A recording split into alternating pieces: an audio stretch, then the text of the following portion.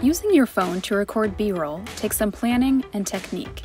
An interview, video diary, or news package are all enhanced when you can get some shots that visually represent what was said on camera.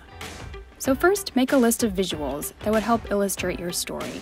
For example, if your subject talks about starting a business, selling her art, you might want to show steps like taking orders, working with the materials, and marketing the art on social media.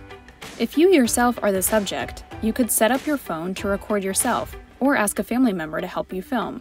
Next, make sure you get different angles of the same action. Record wide, medium, and close-ups. A variety of shots will allow for B-roll sequences or an action unfolding.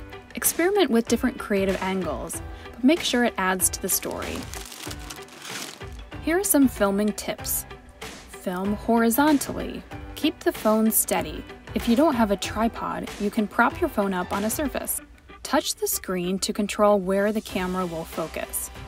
And film each shot for at least 15 seconds. If the subject is performing or explaining something on camera, make sure to keep the camera rolling for the duration of that action. You will later be able to select a nice nat pop, which means bringing in sound from a scene. And a lot of different kind of flowers like roses and peas. These B-roll shots will really make your story come alive when it's edited together with your interview, video diary, or news package.